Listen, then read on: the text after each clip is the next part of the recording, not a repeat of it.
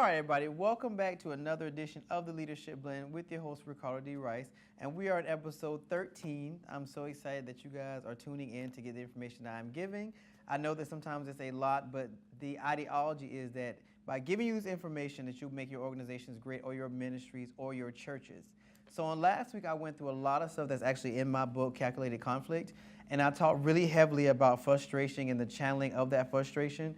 So I don't want to really get back into that, but I want to take today's show to actually tell you how to build a good leadership team or a strong leadership team, because oftentimes that's the biggest rap that I hear from pastors or ministers or apostles or bishops, that they cannot seem to build a leadership team that can not only support them, but be able to help them regulate or make sure that the ministry is good. So that's one of my goals for today's show, is to teach you how to build a good leadership team. All right, so how do you do that? A couple of weeks ago, I went over a theory called Maslow's hierarchy of needs. I like to start there because that's usually the best place to start. Because in essence, your team individually will be better if the aspects of their lives are better. So when you look at Maslow's hierarchy of needs, it kind of tells you where everybody's needs falls. And the funniest thing is with Maslow is it's a pyramid, but the pyramid is turned upside down sometimes. And it kind of tells you where things start at and how they flow. So when you think about your leaders and you think about the people in your congregations or in your ministries or in your organizations, you want to make sure that they have all their basic needs. And what does that mean? That they have a place to lay their head at night, that they have food to eat, that they have shelter, that their basic needs are met. How can you contribute to that? Well, if you have a ministry, you want to make sure that you create the resources around that ministry to be able to accommodate or be able to help them if they are in need of these things. Because think about it. If I don't have a place to lay my head, everything else is going to come second to third. If I don't have food to eat in my house, everything else again is going to come second to third. So it's our jobs as leaders, and I will say ours because I also have teams myself, it's always our jobs as leaders to make sure that we create the resources or teach them how to find resources so that they'll be able to live their best lives and be able to meet their most basic needs. So for instance, let's say you have a parishioner or a person in your organization who is having a problem with housing. So it's always behooving to create relationships with the housing authority in your city or boarding houses in your city. Case in point, I remember some years ago, I had one of my leaders who became homeless. So, of course, she stopped showing up to meetings. She was not vested in the organization anymore. And it wasn't the fact that she just kind of disappeared. You have to know the people in your organization. So when her ideology became sparse, or when I started seeing her less and less and I wasn't getting the phone calls and she wasn't present at meetings physically or mentally, I immediately knew something was wrong because that's not in her character. And oftentimes that's something as leaders we have to be mindful of. The Bible tells us we should know those that labor amongst us. Meaning, if I have a leadership team or I have people who are on my leadership team, I should get to know them, because when their behavior is off or they fall into a pattern of behavior that's not normal, I, as their leader, immediately understand that something is wrong. So when you understand that, then you're able to say, hey, let's have a conversation. What's really going on? What's happening? And it's not so much about crossing personal lines, but it's you having a vested interest in their life as they have a vested interest in your organization. So using that same example of my leader that I had in my past organization, when she stopped showing up or she was at meetings and she was present but she wasn't present physically or mentally, I immediately knew something was wrong because it was outside of her character. So knowing that, I finally was able to pull her to the side, sit her down and have a conversation with her. And upon having that conversation, I discovered that she had lost her home to a fire and that she didn't have any resources.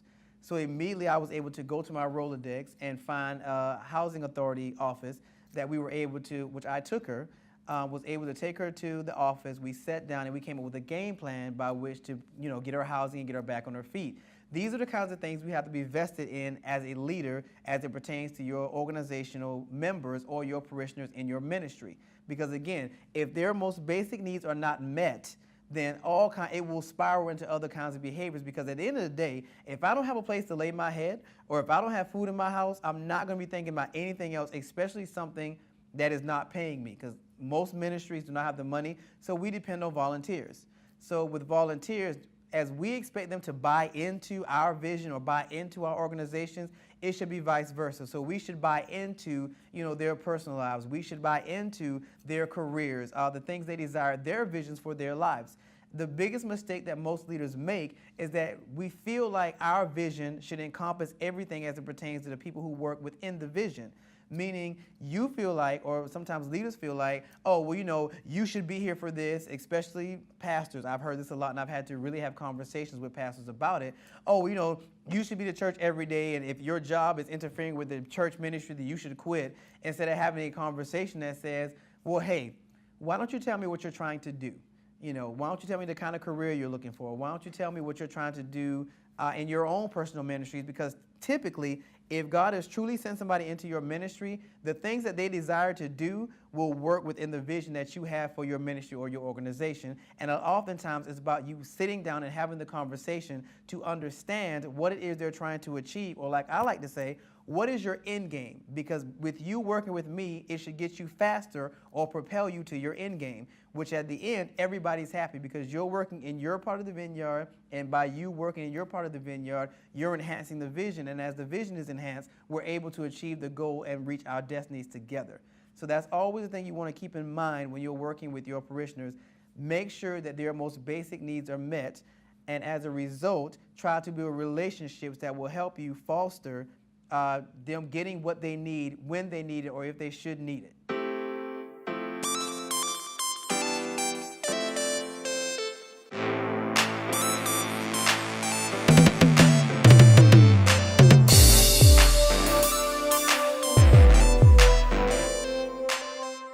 All right, so when we finished the last segment, I was talking about how to make sure that your team has all their basic needs met.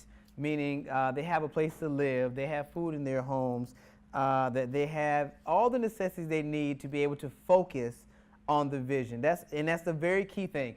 Being able to make sure that there are very few distractions, and again, them not being able to meet their basic needs are going to be some of their biggest distractions. Again, there's nothing worse than somebody not having a place to go home to or a place to call home, especially those individuals who have kids. There's also nothing worse than somebody going home to empty cupboards. And particularly for those in ministry, these are one of the things we want to make sure that we know about the people that we're leading and the people that are on our leadership teams. We want to make sure they're good, in essence, that everything they need is within their grasp. And if not, then we have to make sure that we have a Rolodex full of individuals who can step in to meet the needs where we may not be able to meet those particular needs. All right, so to segue, next we want to talk about atmospheres and cultures. Okay, so this is one of my biggest pet peeves, that people do not set a standard and create a culture that surrounds that standard. So if we say that we want to be, and let's use the example of saying we want to be the best ministry there is in our area, that we want to make sure that we're meeting the needs of the people, or that we're working our aspect of the vineyard. All that is great, but if we do not create an atmosphere or a culture that is centered around that ideology, it's going to be for naught. And most of the time, that is the biggest problem that I find in organizations. Our mission statements, our vision statements say one thing, but the atmosphere that we have created within the organization says something completely different. So if we say, and let's use a basic example, let's say the local McDonald's. You own a McDonald's and you say that, hey, our core values are that we want to be precise, pristine, on point, friendly, and hospitable. But you foster an environment where, you don't have an active interest in your employees. They're not able to get the raises they deserve. They are not being treated well.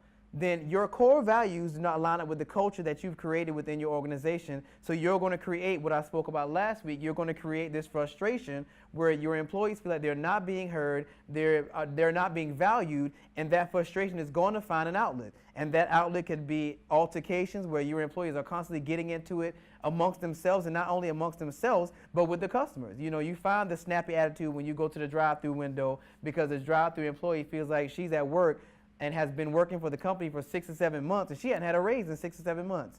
So what do you think she's going to feel? She's going to feel that frustration, and she's going to want to channel that. So when you ask for a quarter pounder with no pickles, no onion, add light mayonnaise, she's going off. She's like, oh my God, I've been here for 7 hours, and I don't feel like I should be here. I'm not making any money. Nobody values my opinion. And it's really that simplistic. And let's translate that into your ministries. If you have a ministry, and again, ministries, typically nonprofit and ministries, revolve heavily on volunteerism. The ideology that you devote your time and your energy and your money to this organization in the hopes that you'll be able to either better the socioeconomic class of the people that go to the ministry or the community that surrounds the ministry. So if you have volunteers and stuff who are coming constantly and they're not seeing any level of change and you guys are not doing outreach and they don't feel like a productive member of the team, there's going to be that frustration. And again, that frustration is going to find a channel. And that channel may not be altercations because we hope that they're all saved, but it's going to try to find some outlet. So you definitely want to keep that in mind when you're working with your volunteerisms. How are we creating an atmosphere? Now, granted, in ministries or in churches, the atmosphere is supposed to be charged with the love of Christ and the love of God, and that we're there for the long suffering and the patience and all that stuff is great. But when it comes to the business aspect of running your ministry, what does the atmosphere saturate it with? What is the atmosphere prepared for? You know, is it an atmosphere that when they come into it, you know, their minds are renewed, they're ready to do business, or are they coming in with the ideology or the atmosphere is set for them to come in and feel like we're not handling business, or we're not covering the areas we need to cover in order for the organization to grow or the ministry to grow properly? And again, this is what I see time and time again. We're not creating an atmosphere that is productive to yield the results that we need to grow properly as an organization or as a ministry, especially when it comes to matters of business. I remember a time when I was with my father and I grew up Baptist, and every Saturday they had conference. And when the atmosphere was set, that when people came in, they got their booklet, and that booklet had a breakdown of how the money was spent in the ministry. So they knew when they came to that meeting on Saturdays, it was all business. Now, when you came into ministry on Sunday, it was all God. So when they came in, the praise and worship team was ready, the preacher was ready with a good word, but you got to make sure that your atmosphere is set, which segues into the next level of Maslow's hierarchy of needs, the love and the belonging. Particularly when you are dealing with nonprofits and ministries, there has to be a certain atmosphere that is charged that fosters love and belonging. Because oftentimes that's what people are looking for, especially when they come to your ministry or they come to your churches. They're looking to belong. You know, they've been at work all week. They're not really hanging out with their co-workers and things of that magnitude. So when they come to the church on Sunday, they're expecting to not only get a word, but to feel the love of Christ and to feel like they belong to some place. And we hope that that place is the ministry or the church. Again, reciprocally, when it's time for business, things of that magnitude, they want to feel like that their gifts and talents or their degrees, yes, I said degrees, are ready to be put to use. A lot of ministries that I've encountered have people with degrees galore and nobody utilizes them in the capacity they need to be utilized in. So if you have a member who has an MBA, why not let them work with your finances?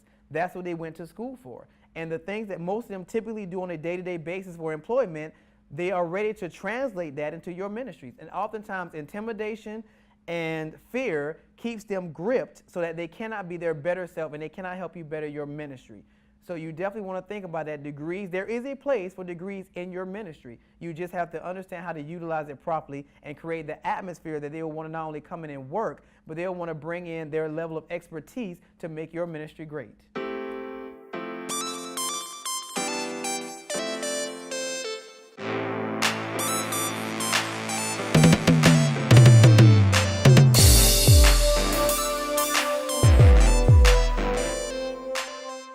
Okay, so in that last segment, we were talking about, or I was talking about love and belonging as it pertains to meeting people, meeting your leaders where they are.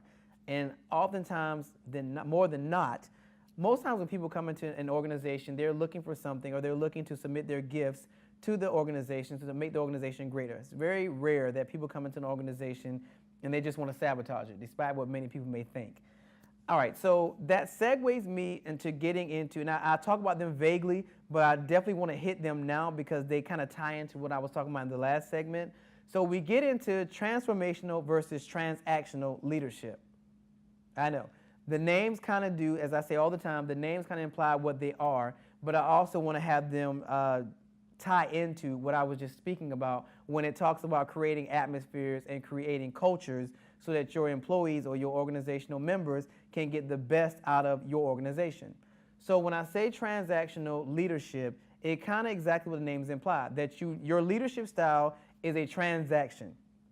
This is important, particularly for ministries, because when it comes to transactions, it's really the business part of your ministry. So it's just like when you go to the grocery store and you buy a Snicker. Yes, I want a Snicker. You buy a Snicker and you give the cashier the dollar. She says, hey, or he or she says, the Snicker is 80 cents. You give them $1. They give you 20 cents back. That's a transaction. It's the same ideology when you talk about your organization and transactional leadership. The ideology that there's a goal, there is the means to finish that goal, and then there are the results of that goal. So it's a transaction. So when we talk about the business part of your ministry, let's say we talk about your conference that you have on Saturday, that's what my father used to call it, your meeting, your business meeting.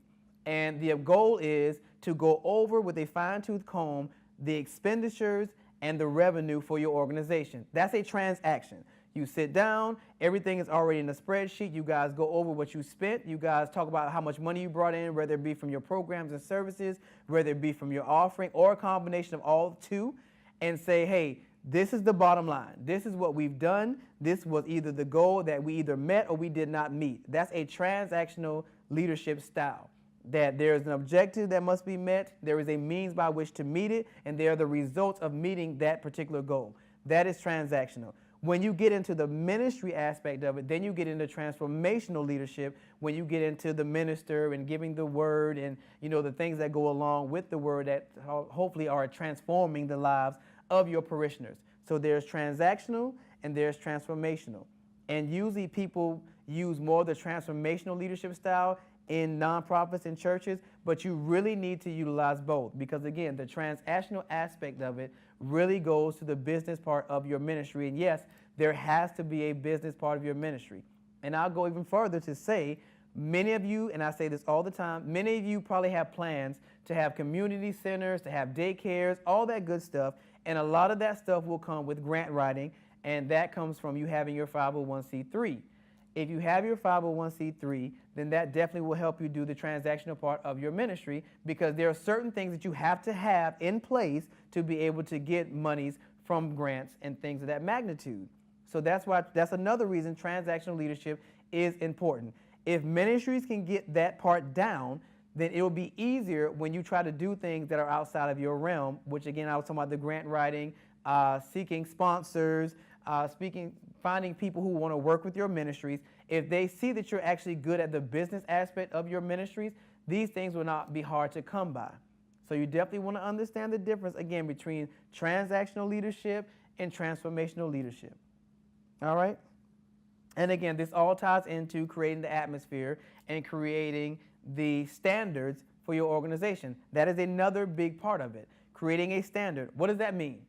If we say that we're going to be and I'll use ministry, if we say that we're going to be the ministry that is here to heal the broken men in society, then the standard has to be created that way, that the focal point is men. So that when men come into your ministry, they understand the game plan and the layout by which needs to be executed. So if we say that we're healing the broken men in our communities, then when they come in, the objective has to be healing the man. How do we do that? That's when you sit down and decide what is the game plan for healing the men. So we say, hey, when they come in, the ushers will meet them at the door with a hug. They will walk them to a seat. When we ask for visitors, we will make sure that we have the men that stand up, have them introduce themselves. We'll take them to the back where the pastor will come in and sit down with them. And when he sits down with them, he will have a conversation trying to decipher what they're trying to achieve in their lives. That's a game plan by which can be executed in the ministry. You're achieving your objective. That's how you create a standard. The standard says we will make sure that every man that comes through that door is greeted, and that once they're greeted, we will get their information. Once they get their information, they will have a conversation with the pastor so that we can find out what they want to do in life. Once we decipher what that is, we will put them in a program that will help them walk out those objectives that they have stated that they want to do when they sit down with the pastor. And that is how you create a standard in the ministry, that everybody's on the same page and that everybody understands what the goal is and how we're going to achieve that goal. Oftentimes, the goal is clear, but the execution of that goal is usually not clear, and that's usually where people start falling by the wayside. There's nothing better than walking into a ministry or an organization that has clear-cut objectives and goals and are putting the steps forward to meet those objectives and those goals.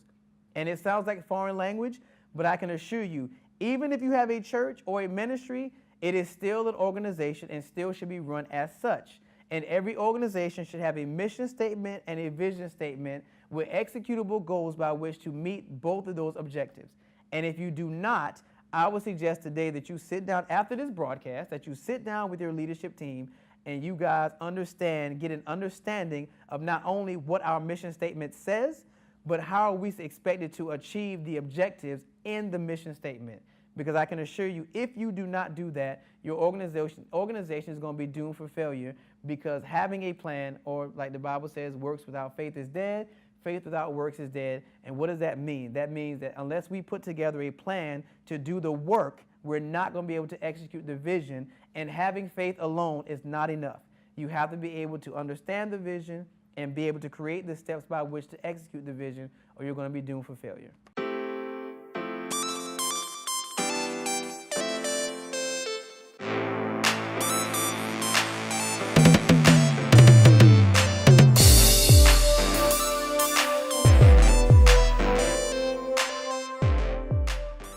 All right, so in our last segment, I want to go over a leadership theory that most people are familiar with, but I have my own kind of spin on it.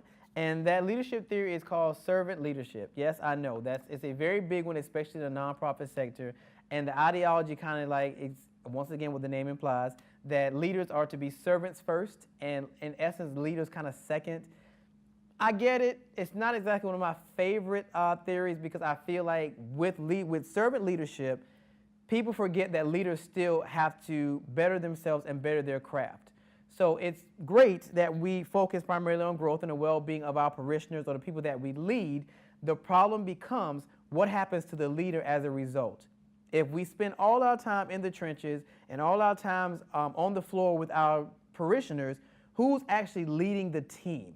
And that's usually the problem that I see with servant leadership, that the leader spends so much time drenched with his followers or his parishioners that he never takes the time to perfect his leadership, or never takes the time to become a good leader.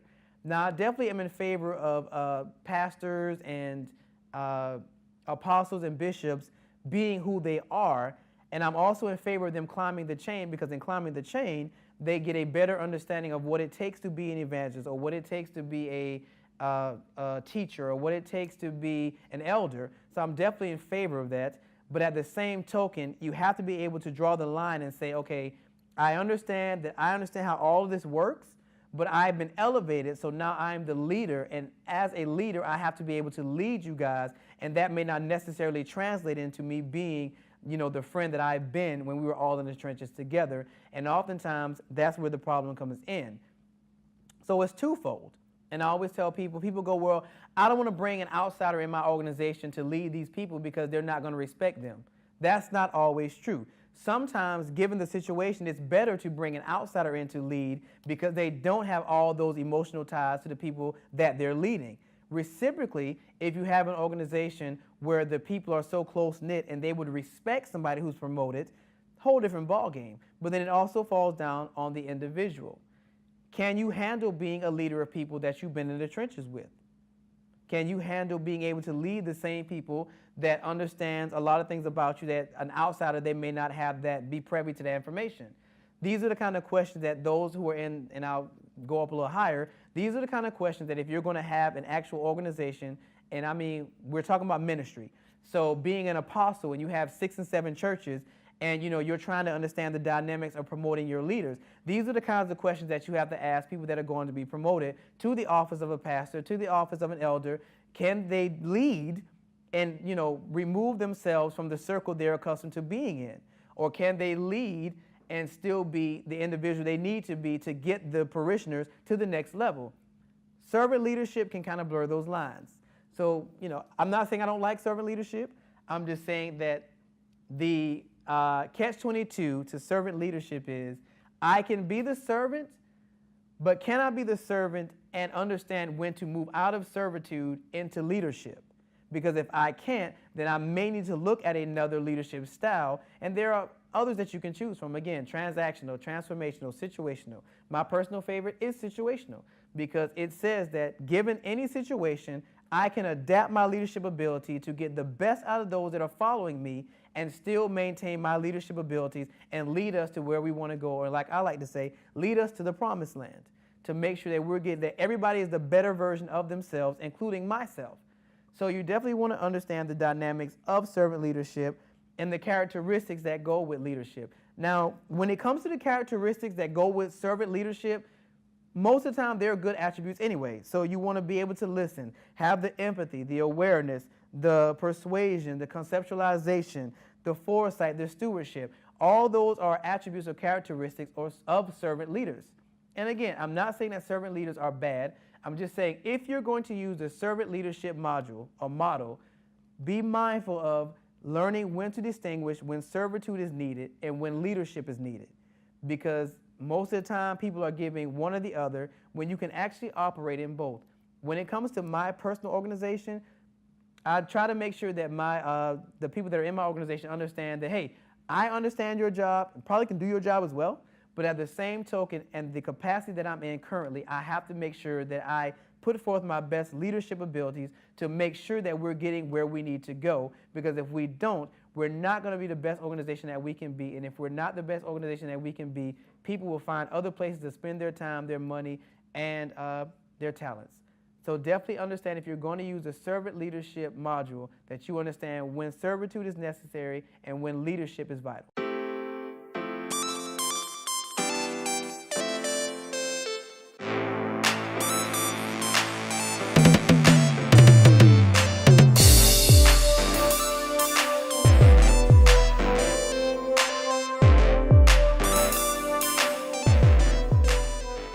All right, everybody, so we just finished the episode. Again, thank you for tuning in. So now I want to talk about something that's very near and dear to me, which is my nonprofit summit, which starts on May 31st through June the 2nd.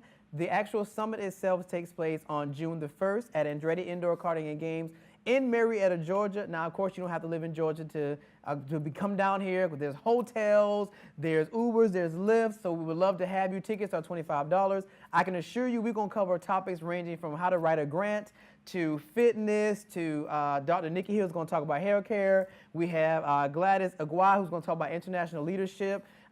We have myself. I will be doing the grant writing part. Angela will be talking about being in a business association and what that means for you in business. This is the women's edition, so there will be a lot of women. Men, you are definitely welcome. I assure you we will be accommodating to you as well, because these topics are across the board. So there's going to be 4 dynamic speakers, 4 great panels, and again, we're going to be covering all kinds of issues and all kinds of subject matter, so you do not want to miss it. And then those nights, May 31st, June 1st, and June 2nd, we will be having church services with the amazing Mother Dorothy Boyd Rush, Apostle Dedrick Perry, and First Lady Sean Moss at Point of Grace Ministries, also in Marietta, Georgia. Check the website for the information. That's ricecommunity.com, WRICE community.com. Hope to see you there.